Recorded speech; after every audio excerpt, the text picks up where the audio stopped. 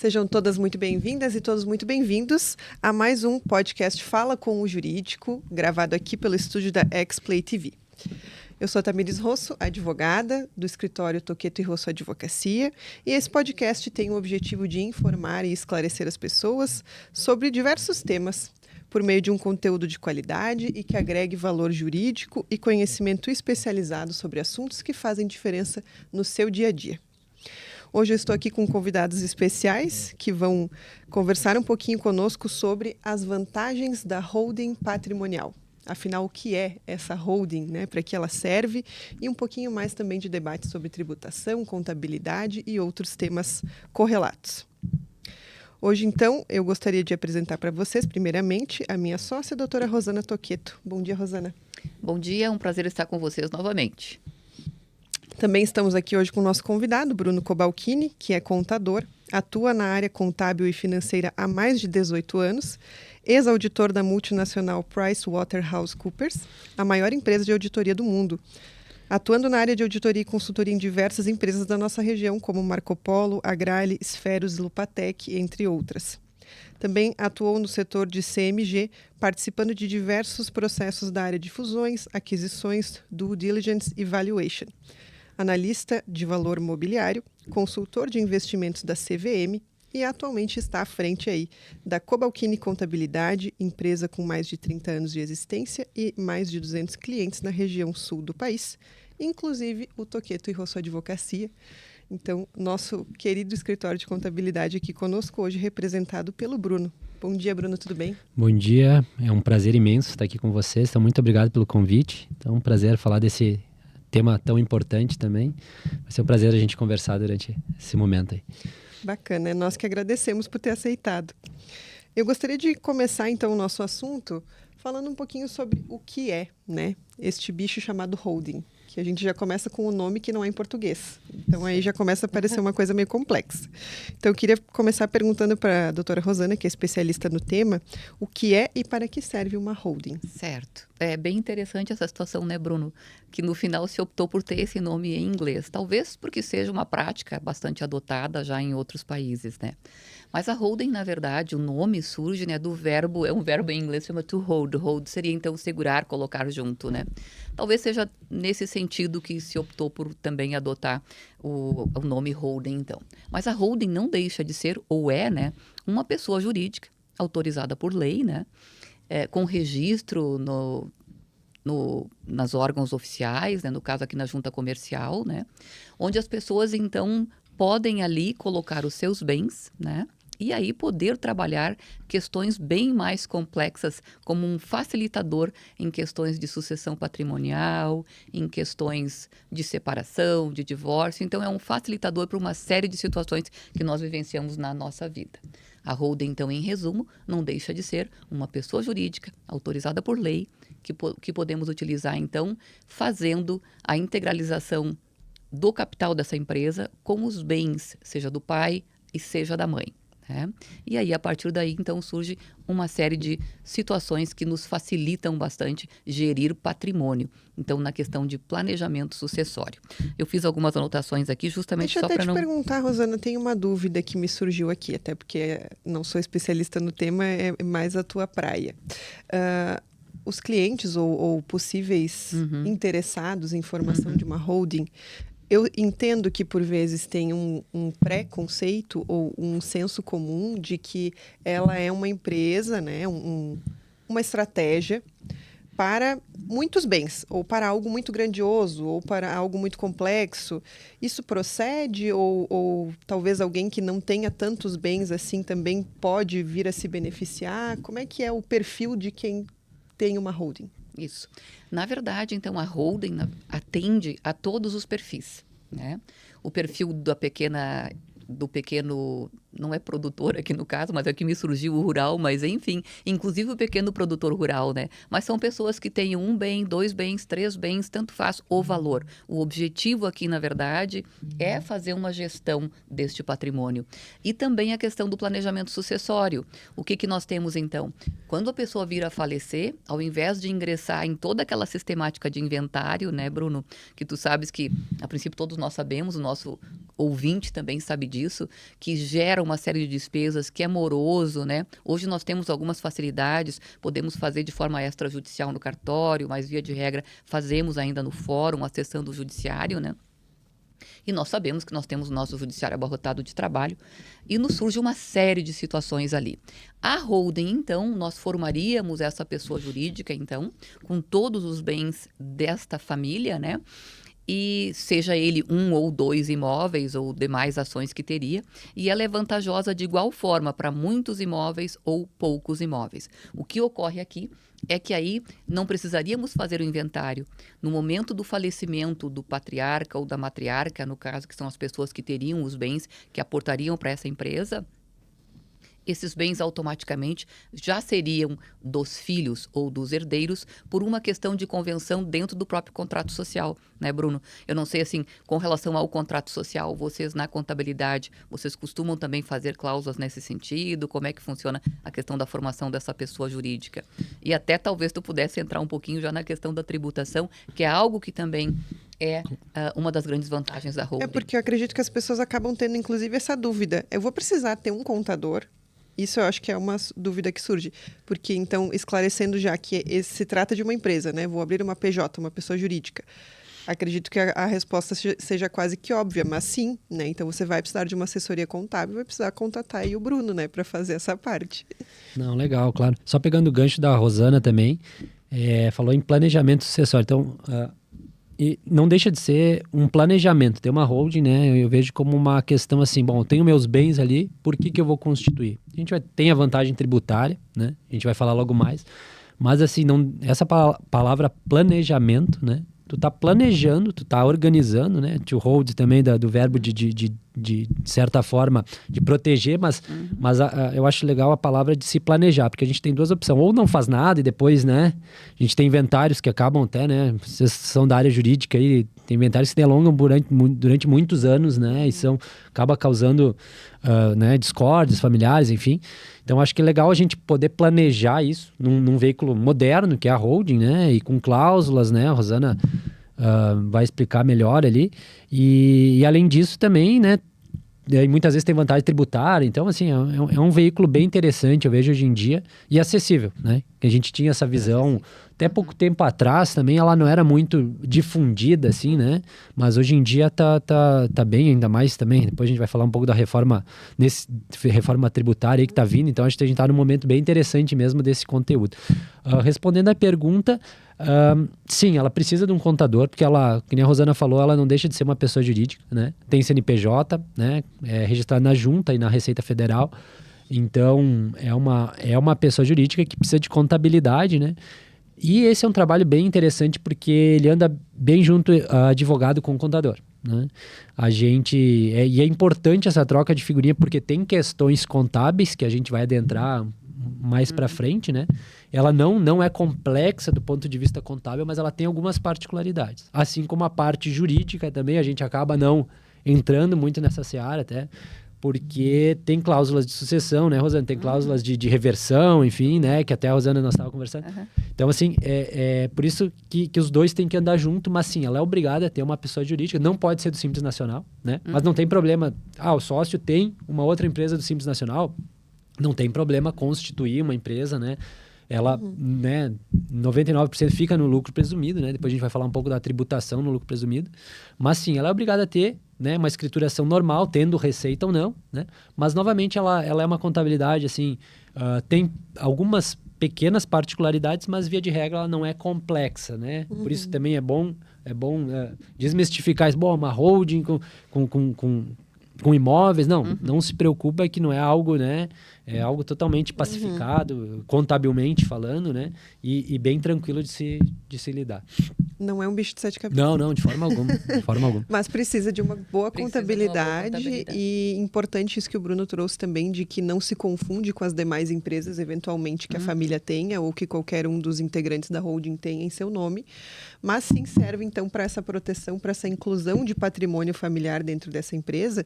E aí surge também uma dúvida bem corriqueira, né? o matriarca, a matriarca ou o patriarca da família, ou quem quer que seja o maior interessado em proteger esses bens e planejar a sua própria sucessão, por vezes fica na dúvida. Eu vou perder o controle desses bens, agora eu tenho mais gente envolvida, eles vão sair do meu nome, né? Aquele apego do nome do imóvel, e vou precisar de autorização para tudo. Como é que funciona isso? Isso, essa é a pergunta super pertinente, né? Na verdade, o que nós temos? Quando nós formamos a holding, então, nós vamos ter cláusulas definindo tudo isso. Mas o patriarca ou matriarca, lembrando aqui que o patriarca e a matriarca são as pessoas, vamos pensar nos pais, então. Os pais, vou trazer por um exemplo, os pais com 3 filhos, né? Os pais, então, possuem bens, né, imóveis, então vamos falar em 3 casas e um pavilhão. Eles aportam essas 3 casas e esse pavilhão para dentro dessa holding, então. Dentro dessa holding, eles estão passando esses bens e eles colocam, então, que quando do falecimento deles, esses bens automaticamente seriam dos filhos, na ordem de 1/3 para cada um. Pode ser diferente? Pode. Eles podem estipular de forma diversa, desde que respeitada a legislação. Mas, aí então, vai evitar que seja feito um inventário, mas ele mantém o usufruto, porque esses bens se transformam em capital social de uma empresa. Então, ele vai ter um número de ações dessa empresa, né? Então, o pai vai ter, vamos de novo aqui tentar colocar como exemplo, 1.000 ações.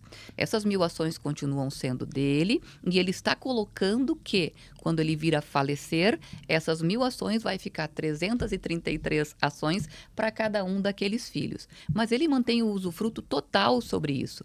Então, com isso, nós estamos dizendo que ele vai poder vender e, inclusive, ele é o administrador dessa sociedade também. Então, ele não precisa de autorização dos filhos para venda, nada disso, tá? Então, ele mantém toda a autonomia e o poder sobre aqueles bens. Então, ele não perde nada. Agora, uma grande situação que ocorre aqui é que quando, então, não temos esse planejamento que o Bruno colocou, não fazemos essa holding, e nós vamos, então, para o inventário. Morreu lá os nossos pais e mães. Surge aquela situação, tenho aquela, de novo, então, vamos falar aqueles 3 apartamentos e uma chácara, um pavilhão, né? E aí os filhos começam naquela situação, muito embora todos tenham um bom relacionamento, mas a situação é, quem fica com o quê? Esse bem vale mais, aquele vale menos, mas eu quero ficar com a casa do pai, ou então a chácara, eu quero a área de frente para a estrada, a minha é lá no fundo, tem valores diversos. E aí acaba acontecendo de termos aqui uma situação de divergência e por vezes acontecer aquilo que o pai e a mãe jamais queriam.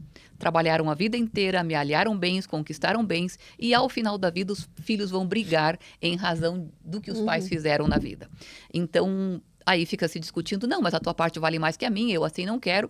Enfim, nós temos então aqui envolvidos também os genros, as noras, os netos. É uma sequência de pessoas envolvidas, o que torna isso, né, mais complexo. A holding vem então com uma solução para isso, porque essas pessoas vão ter parte em uma empresa. Parte naquela empresa. Então, se fossem os 3 filhos, 33% daquela empresa, que eu permaneço com aquela parte ou posso vendê-la, né, no caso, para o outro irmão, né, ou trabalhar de forma diversa, mas tudo dentro de uma impessoalidade de uma pessoa jurídica. Legal, só pegando o gancho desse exemplo aí de 33%, também para os filhos que ficam, eu acho interessante, porque vamos pegar outro exemplo de uma que seja 5 ou 10 imóveis, por exemplo. Aí cada um, né, no falecimento, cada filho ficou, vamos chutar um patrimônio de 10 milhões, né, elevar um pouco só para... Isso. Né, e 10 imóveis, 10 milhões, mas se cada um tem 33%, e vamos dizer, acabou o inventário, aí um dos irmãos quer se desfazer parcialmente disso. A gente vai ter que, né, concorda? Vai ter que em 10 matrícula, fazer 10... vamos dizer que ele quer vender 50% dos 33% para outro irmão, porque precisa fazer um caixa. Do patrimônio dele, ele do tá patrimônio que ele dele. recebeu. Se está na pessoa física, ele vai ter que pegar as 10 matrículas, né? Tem todo esse custo de escritura, de cartório, de averbação.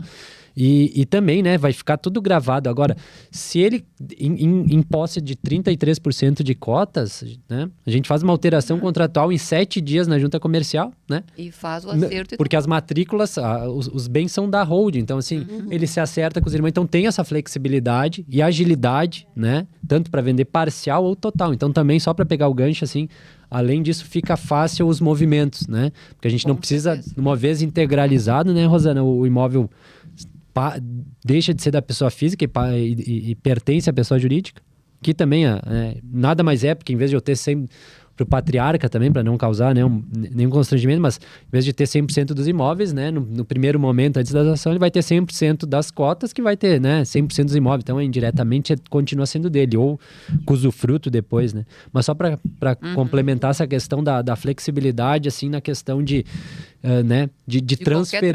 transferência, né, muito rápido, do que tu precisar alterar diversas matrículas, né, nesse sentido. E Então, lembrando que o contrato social, ele não é permanente, né? Ele pode ser dinâmico, mutável, tu pode alterar cláusulas ao longo da vida desse patriarca e dessa matriarca. Até o dia do óbito podem estar sendo alteradas cláusulas, uma vez que, né, mudou a dinâmica entre os filhos, agora o que queria a casa da praia não quer mais, agora quer a outra, enfim. Né? Podem ser feitas quantas alterações pode. Não sociais é permanente, né? Então, quanto necessário for. E isso é bem interessante também, né, Rosana, na parte jurídica, se a gente for pensar num conceito que hoje se fala muito, mas ao fim e ao cabo ele não existe de forma literal, que as pessoas falam muito de blindagem patrimonial, né? Quero blindar meu patrimônio, né? Tem gente que vende dizendo que está blindado, né? Hoje não existe nada 100% garantido que blinde coisa alguma, mas existem, como a doutora Rosana muito bem fala, uma série de muros que a gente pode construir em torno desse patrimônio, para que esses bens fiquem, sim, cada vez mais protegidos, no sentido de cada vez mais difíceis de ser alcançados. Então, por exemplo, em surgindo algum tipo de ação judicial contra algum dos sócios dessa holding, então lembrando que agora eles não são mais os filhos, os pais, né? Eles são todos sócios de uma empresa. Então, em surgindo algum tipo de ação contra um deles, esse patrimônio todo já não está mais em cada CPF, né? Não está mais em nome do João, da Maria e do Antônio. Ele está em nome de uma empresa, né? Então, existe um trabalho adicional dessa pessoa, né, que se diz detentora de algum direito, em buscar também a empresa e fazer uma desconstituição de personalidade jurídica, ou seja, fica muito mais complexo. E muito mais difícil acessar esse patrimônio, ele sendo um patrimônio de uma pessoa jurídica do que de uma pessoa física. Isso, porque o que ocorre, né, Bruna, assim, vamos que ocorra um infortúnio, uma situação qualquer que tu vai ser demandado uma ação indenizatória, né? Aí, então, a pessoa A, né, tem lá seu CPF, está sendo demandado numa ação indenizatória, vai ser ingressada essa ação contra ele, a pessoa vai, então, verificar que patrimônio que ela tem para poder já ali colocar um gravame, né, colocar uma garantia, assim, para que o nosso ouvinte possa entender melhor, deixar ali já descrito, olha, esse bem vai servir para eventual pagamento dessa ação. Ele vai ingressar ali, vai verificar que não tem nada neste CPF. Então, claro, ele pode vir e buscar depois, se a pessoa tem uma empresa, pode, mas no primeiro momento é isso que ocorre. Então, você não tem este gravame ou essa situação em cima deste bem e fica muito mais fácil você poder negociar um eventual acordo até.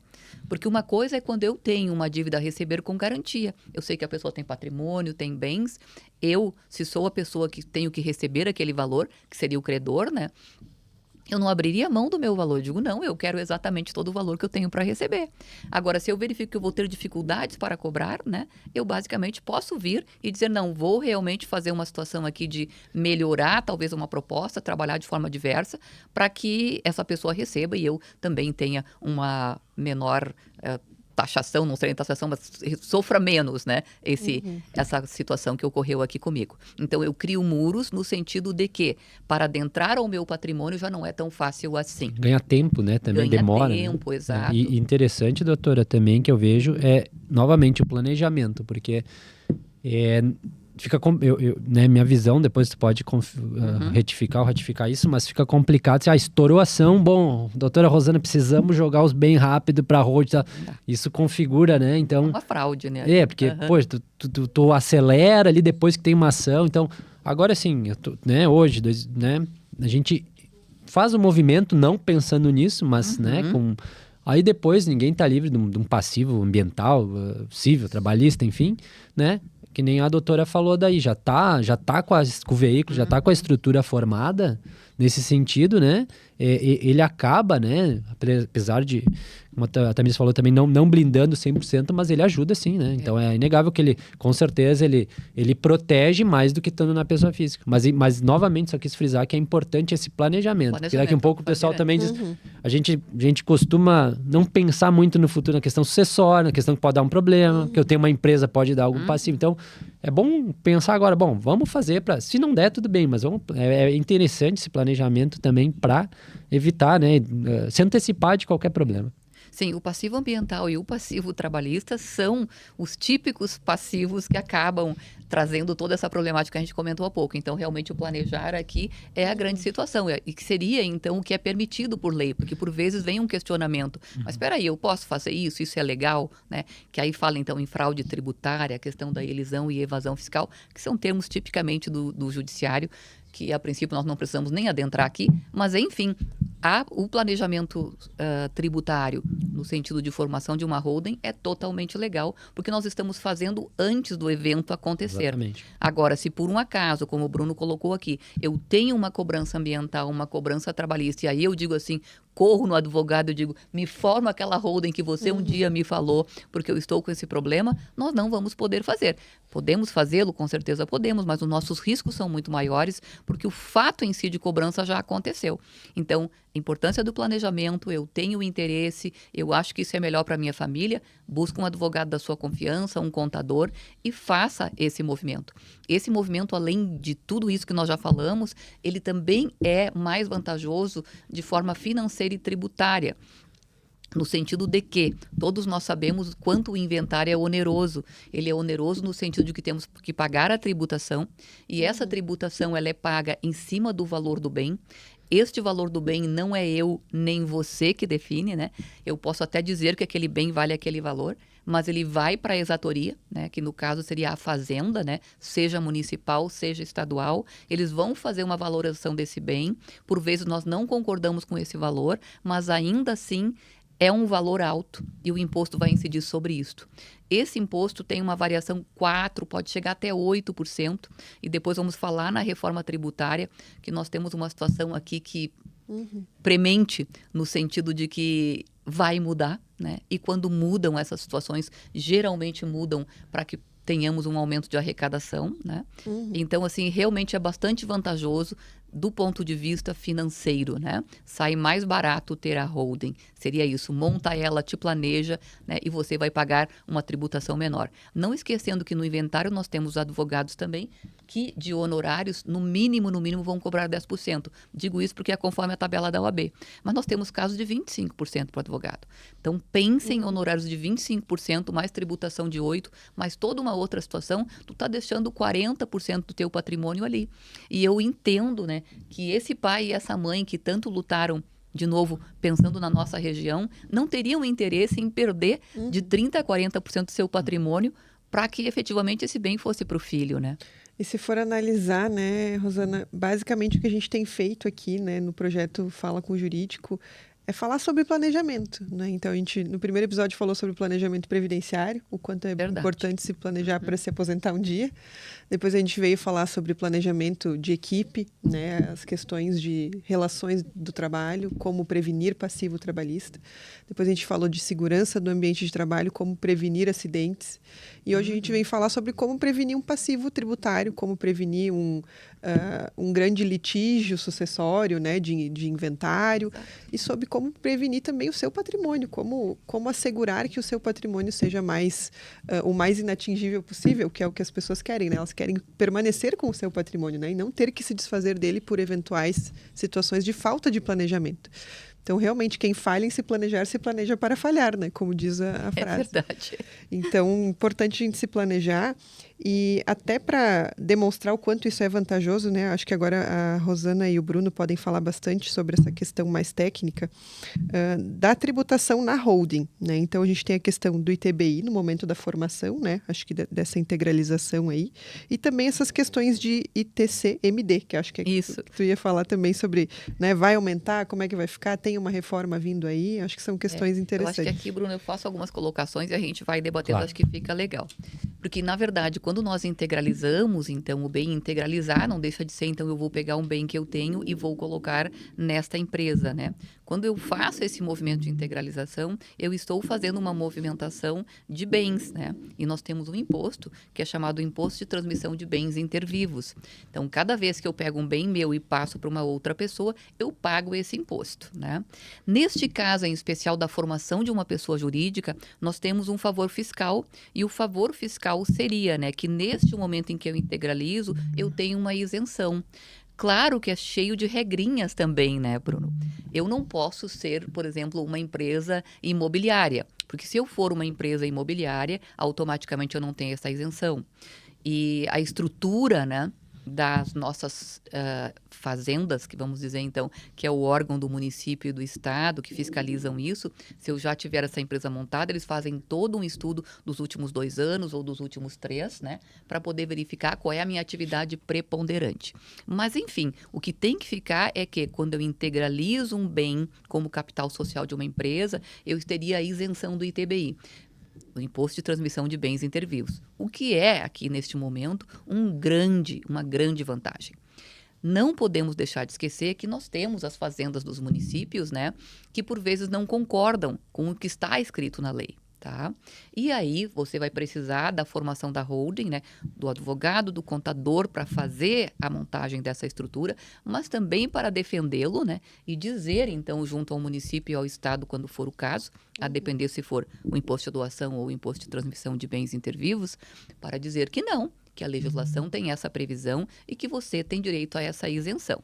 É cada um fazendo o seu trabalho, lembrando que o município e o estado, na questão da tributação, eles querem arrecadar, né? E este é o papel deles, né? E já do ponto de vista do advogado e do contador, o que nós queremos é que a legislação seja cumprida. Então, se tivermos um favor fiscal, se tivermos uma situação de isenção, nós temos que buscá-la, né? Seria essa a situação que a gente tem aqui. Com relação à situação do imposto de transmissão de bens intervivos, né?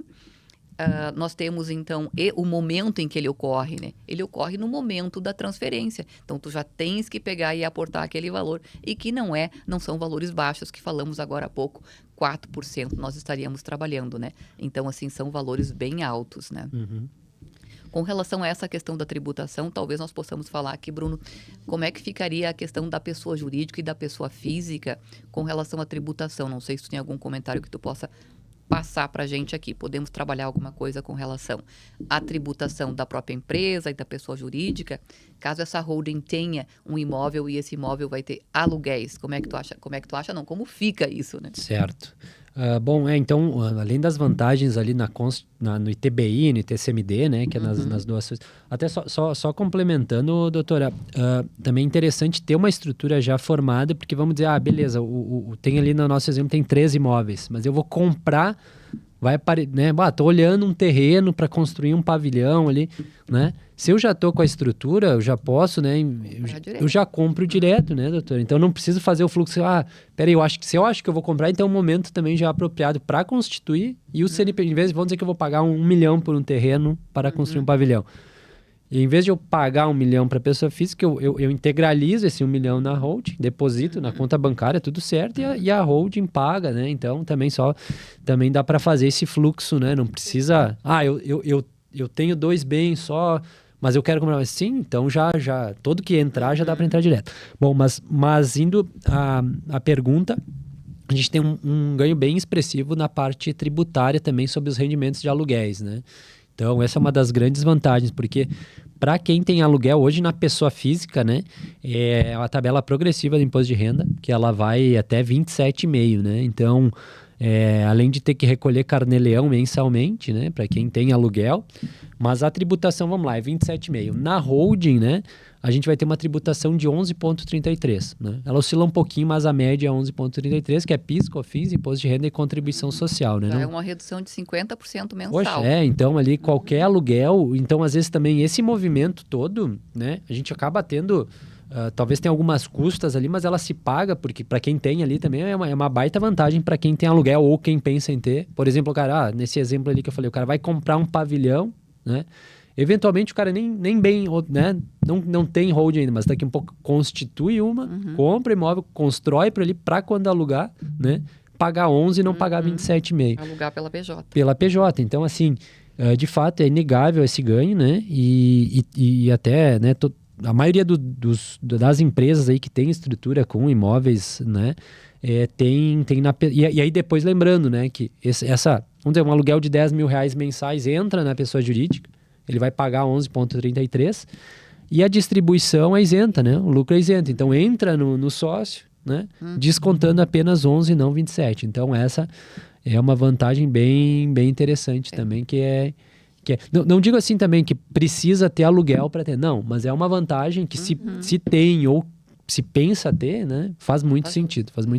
E isso que o Bruno colocou é extremamente importante, porque realmente, então, os valores, então, que entram nessa PJ, né, depois são distribuídos como lucros e são isentos de tributação. Importante que nós digamos que nós estamos em abril de 2024, isso é notícia de hoje, né? Isso pode estar mudando, né? Mas então a distribuição de lucros depois é isento, né? Então ele vai pagar aquele 11 e alguma coisa, vamos talvez arredondar para 12, né? No momento de que recebe aquele aluguel, e depois na distribuição de lucros, depois de pagar todos os custos da empresa e tudo, pode distribuir lucros, e essa distribuição de lucros então seria com isenção.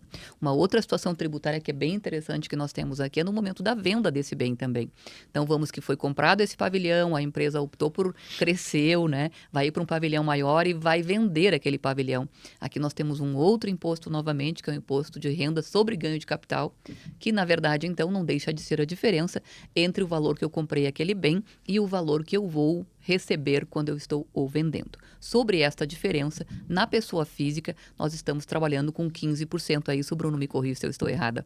15%, né? Sobre o ganho de capital. Sobre o ganho de capital. Na PJ, nós temos um pouquinho diferente, né? Nós vamos ter um percentual menor. Isso, exatamente. Então, também é bem, bem importante esse ponto, porque na pessoa física, a gente vai pagar sobre... Então, vamos pegar um exemplo, assim. Eu tenho um terreno ali que eu comprei faz algum tempo, e ele valorizou, né, muito rapidamente. Vamos dizer que eu paguei 500 mil e hoje vou vender ele por 5 milhões. Né? Um exemplo só para a gente ter. Eu vou tributar... Né? 4 milhões e meio. 4 milhões e meio, eu vou pagar 15% em cima de 4 milhões e meio. Dá mais 600 mil. Pensa, uma fortuna. Agora se eu tenho isso na holding, né? E aí que entra a parte do contador com o advogado, trabalhar junto, porque vai entrar tanto uma questão jurídica lá e contábil também de como eu classifico isso, se é um estoque ou se é um investimento, né? Isso requer uma análise um pouco delicado, mas tem como fazer um planejamento. Então, se eu classifico isso como um estoque, né? O estoque, quando eu vender, mesmo se eu integralizei por 500 mil, mas quando eu vender por 5 milhões, eu vou pagar como um estoque de mercadoria, que tu paga PIS, COFINS, novamente, imposto de renda e contribuição social, né? Então, eu vou pagar 5,93, né? Aproximadamente, também, em torno de 6%. Então, estamos ali falando 6 de 5 milhões dá 300 mil, contra o outro dava 600 e poucos mil. Então, nós estamos falando aí uma diferença de quase 700 mil para 300 mil, né? Então, assim, para quem tem na venda também, né?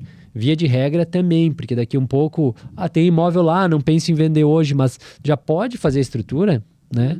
Até assim, vamos dizer, pode ser que eu venda. Então daqui um pouco já é interessante fazer essas simulações também, porque daqui um pouco surge o negócio, né? Novamente o planejamento. Então se antecipa, tu já tá com a estrutura, né? Não vai denotar para a receita também, peraí, eu só tenho um terreno, fiz isso aí, joguei rápido, vendi no mês seguinte. Então por isso é importante, né, doutora? Por isso, eu acho que a gente está num momento bem interessante. Nós já vamos adentrar na reforma, mas fora a reforma tributária, eu considero bem importante, porque é se antecipar das situações. Então, assim, né? Se antecipar, poxa, eu posso vender, posso comprar um outro, já tem a pessoa jurídica. Claro. Vem a faltar, a estrutura já está formada. Né? Quero doar para os filhos.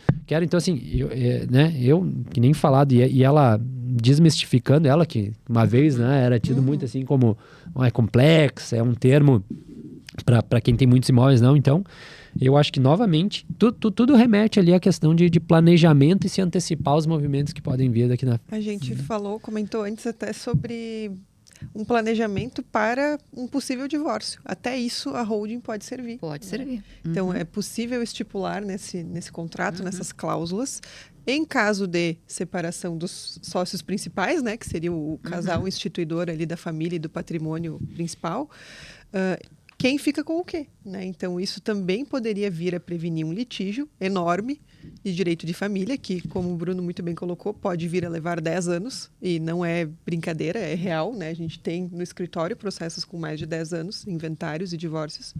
Então, é real o que a gente está falando aqui, né? Não é um exagero para vender algo que não funciona. É a realidade do judiciário hoje. E uma coisa também interessante da gente comentar, uma tendência, eu acho que o Bruno pode falar muito muito melhor do que eu, porque eu só acompanho, assim, de quem eu sigo, né? E dos YouTubers que eu assisto. Mas existe uma tendência hoje nos investimentos que é tipo um back to the bases, que eles falam, né? Muito se falou em não tem imóvel, imóvel não é investimento, imóvel é passivo, né? Invista em ações do mercado, etc.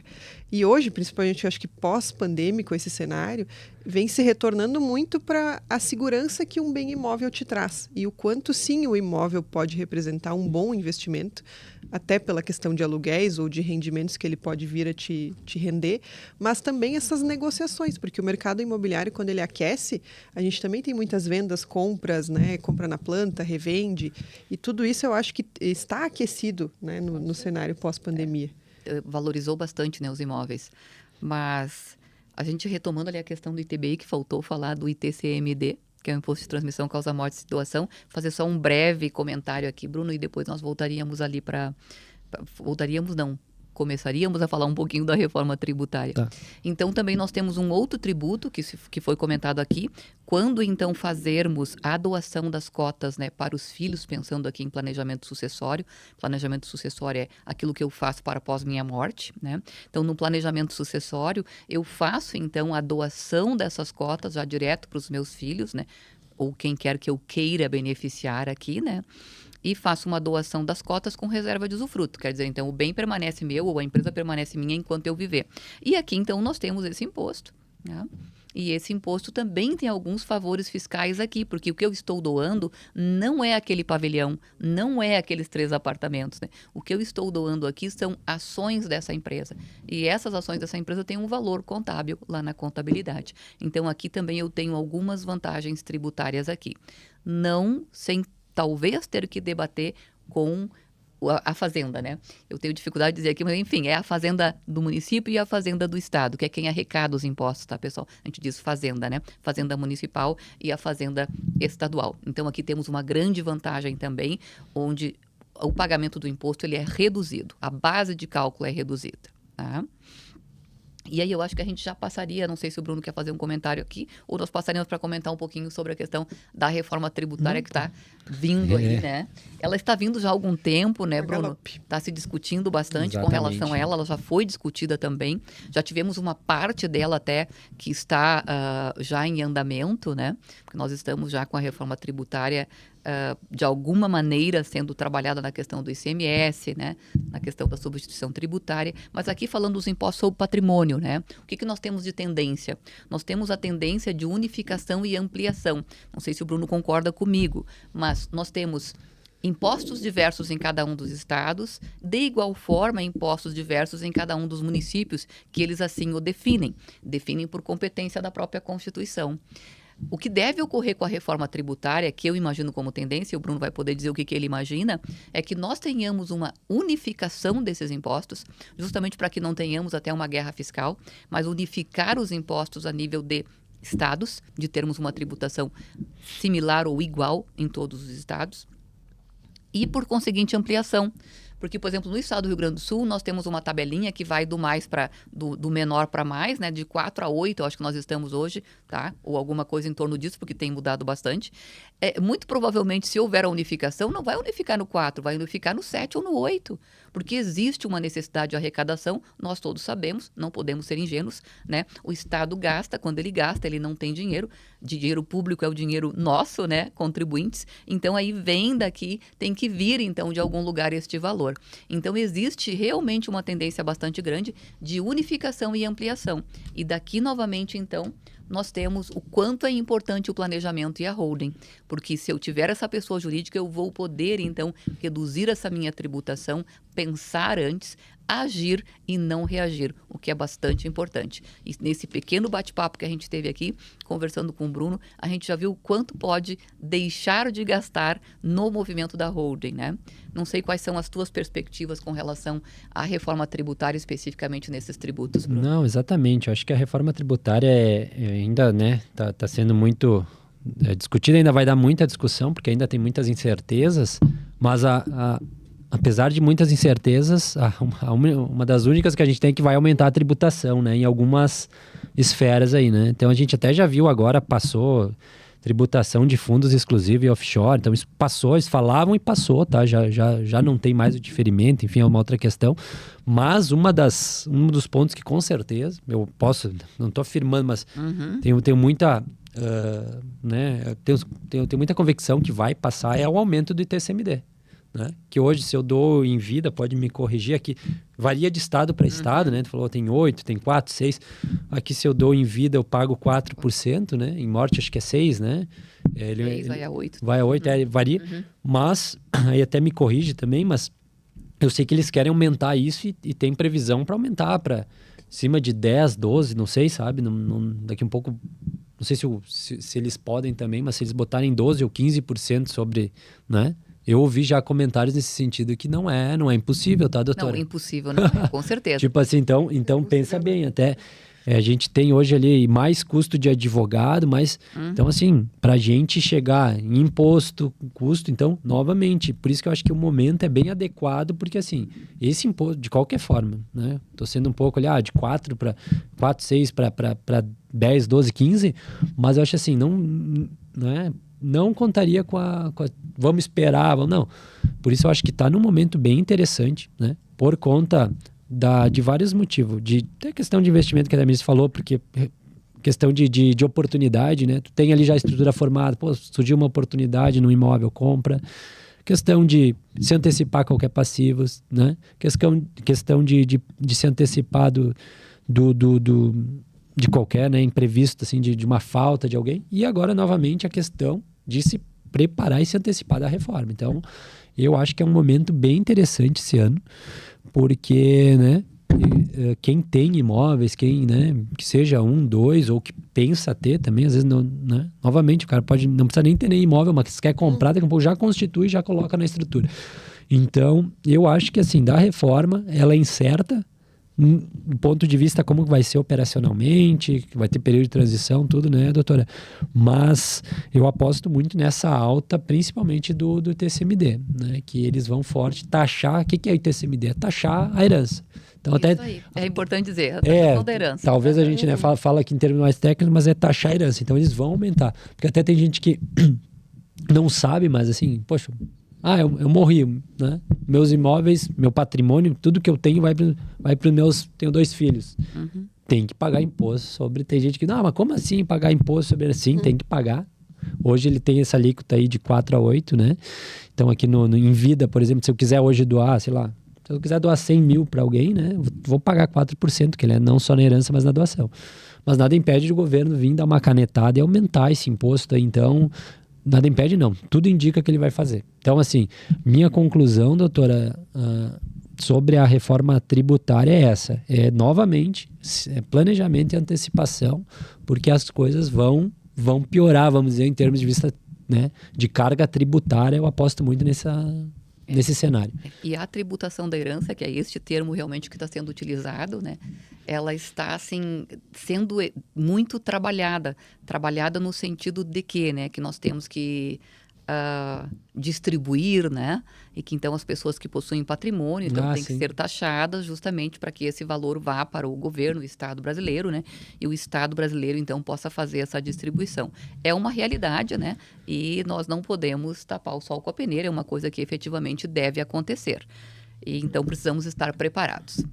Exatamente. Por isso, conte com profissionais da sua confiança, advogados, contadores e todos os profissionais aí que te cercam e que tu confia, e consulte essas pessoas, né, antes de fazer qualquer movimento. Eu acho que isso é bem importante a gente sempre reiterar e frisar, né, porque parece muito fácil, né, vou constituir uma empresa, vou procurar no Google um contrato social, fazer algumas alterações e registrar na junta. Não é bem assim, né, então tenha certeza de que você está sendo bem atendido, bem assessorado nesse sentido.